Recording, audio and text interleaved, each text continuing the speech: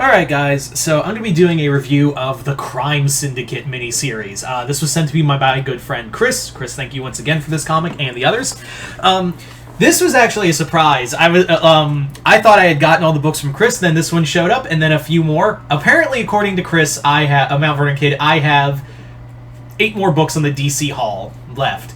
So, my DC collections got beefed. It got beefed up. But for right now, let's talk about the Crime Syndicate. Now, this is not the Crime Syndicate you knew from the New 52, because you probably were thinking, wait, they all died. Like, they all got fucking killed, either by Dr. Manhattan or during Forever Evil. So, what are they doing back? Well, after the events of Dark Knight's death metal, the DC multiverse was reborn, and one of those Earths was Earth 3. So we got a whole new continuity of these characters. Basically, the story is split into 2 different types. It's a 6-issue miniseries, but it's like 2 3-parters, like tangentially joined together.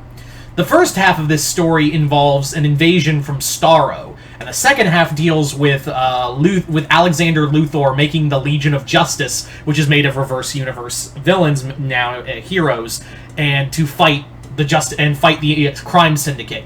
So the Crime Syndicate's also slightly different. We do have Ultraman, Owlman, Superwoman, but also we have, instead of Power Ring, we have the Emerald Knight, who is in this universe John Stewart. We still have Johnny Quick and Atomica from Forever Evil. But yeah, we also have a few other characters here and there, but they're really the main focus, is this. Now, in this we also get little backstories from the writer Andy Schmidt, which are about 2-3 pages long, and talking about like the origins for each character in this. The new origins, like we do have Donna Troy, who is Superwoman. We do have like a new origin for Johnny Quick. And what I like about this is that this comic understands its parody. This comic understands that it's a parody, and one of the best running jokes in here is like they'll say like something you'll never get to see, and then in the editorial box it's like, as seen in the Origins of Ultraman issue 1, which you'll never see. That's the joke. Like, that's a running joke where they'll reference something and you'll be like, wait, I didn't see that. Nope.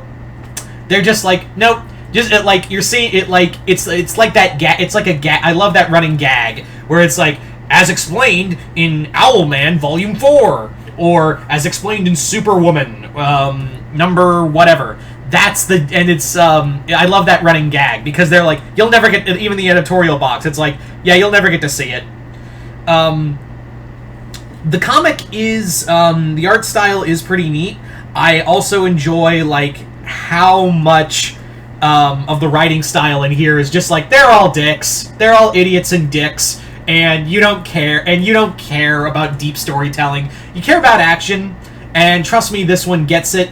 Some of the dialogue does get a little repetitive, but I think that's also a joke where Ultraman keeps calling everyone freeloaders, and it's like, yeah, you bunch of freeloaders and whatnot, and I'm like, okay.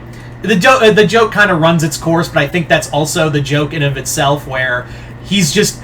It's a running gag that runs itself in the ground because Ultraman's stupid. And the main focus, actually, funny enough, is that it's John Stewart. It's Emerald Knight. And the warlord. They do reference the warlords of Oa, who are like they're like a private. They've privatized the Emerald Knights, who are in this universe the Reverse Green Lanterns, and they're at war with Starro, who actually fled to try to recruit people to join her. Yeah, it's a her in here. The comic is nothing like deep thinking or anything. I enjoyed this a hell of a lot more than I did the War for Earth 3 book, which is the sequel to this. But yeah, this was a lot of fun. I really enjoyed how much fun this was, because... yeah, this comic doesn't pretend what it is. I will say, though, that it is a 6-issue miniseries, and it tries to compact so much in it. Like, the 11th hour appearance of Ultra Girl just comes out of nowhere, and she's gone in the next issue. Like, yeah, for 6 issues, it feels like 2 stories, but Andy Schmidt and the rest of the creative team didn't have enough story for, like, a full-on story about Starro the Conqueror, or the Legion of Justice as a sequel. So they're like, we're just gonna squish this together. And they do leave off for sequel bait, but I think that is kind of the joke of, hey, we're not going to do sequel to this. Although we do kind of get it. It's called War for Earth 3, which is mediocre.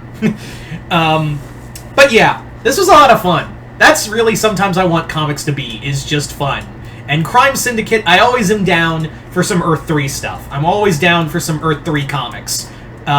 Whenever they show up, they're a lot of fun. So yeah, do I recommend the Crime Syndicate? Absolutely. I think it's worth your time. Is it a little rushed at the end? Yeah.